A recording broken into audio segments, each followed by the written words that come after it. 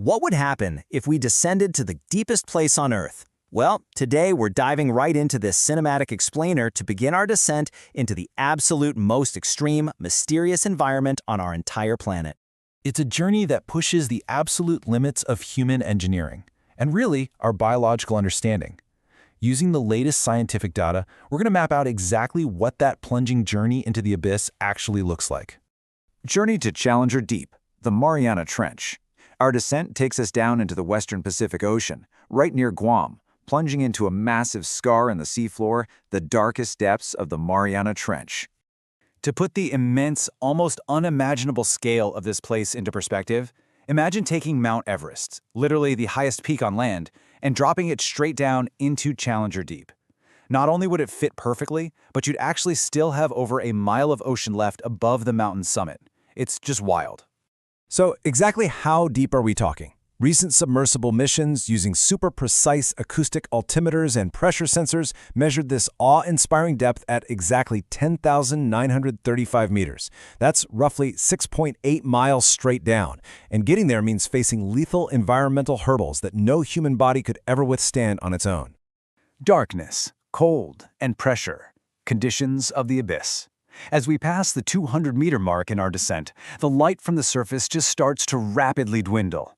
We officially enter an alien world defined entirely by its deadly environment. The crucial point here is that survival means battling an absolutely incredible set of extremes. We're talking complete pitch-black darkness, almost freezing temperatures hovering right around 4 to 12 degrees Celsius, highly corrosive salt water, practically no food, and unimaginable bone-crushing pressure. Honestly, it sounds like a totally uninhabitable void. But life adapts in incredible ways. Take a look at how the lack of light changes survival strategies. Because water absorbs warm colors, red light literally cannot reach these depths. So, vibrant red animals essentially become completely black. It's a flawless form of camouflage, making them totally invisible to predators and prey alike. Plunging even deeper, say below 4,000 meters, the strategy shifts again. Since making colorful pigment takes way too much valuable energy, especially when food is so incredibly scarce, the deepest living fish have evolved to be ghostly pale or even entirely colorless. In total darkness, there's just no evolutionary reason to waste precious energy on looking colorful. Fueling the abyss, finding energy in the dark. So how does this build into a functioning ecosystem? Without a single ray of sunlight to grow plants, where are these ghostly creatures getting their energy to survive? For a lot of deep-sea creatures, their primary energy source is something called marine snow. Now, it sounds delicate, right? But it's actually a slow, continuous shower of biological debris, dead organisms, feces, you name it, falling from the highly productive waters miles above. Animals filter this right out of the water or just scavenge it directly from the seabed. And what's truly fascinating is how simple animals process this falling energy.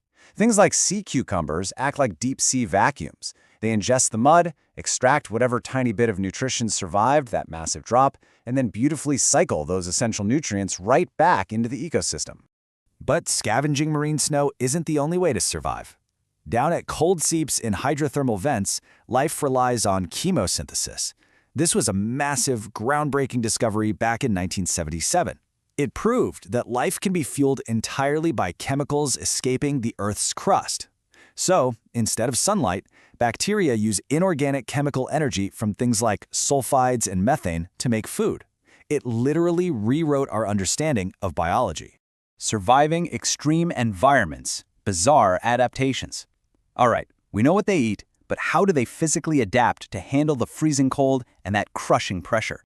One totally bizarre phenomenon we see is deep-sea gigantism. Many of these animals experience indeterminate growth, which means they literally never stop growing as long as they're alive. Because there's a huge lack of predators, they can reach staggering sizes. But it's a super risky trade-off, right? Because being a giant means you need way more of that incredibly scarce deep-sea food just to avoid starving. On top of that, to navigate the pitch-black void, so many creatures have developed bioluminescence. By creating their own living light through internal chemical reactions, they basically carry their own flashlights. This dazzling trick helps them find food, reproduce, and scare off unseen threats lurking in the dark.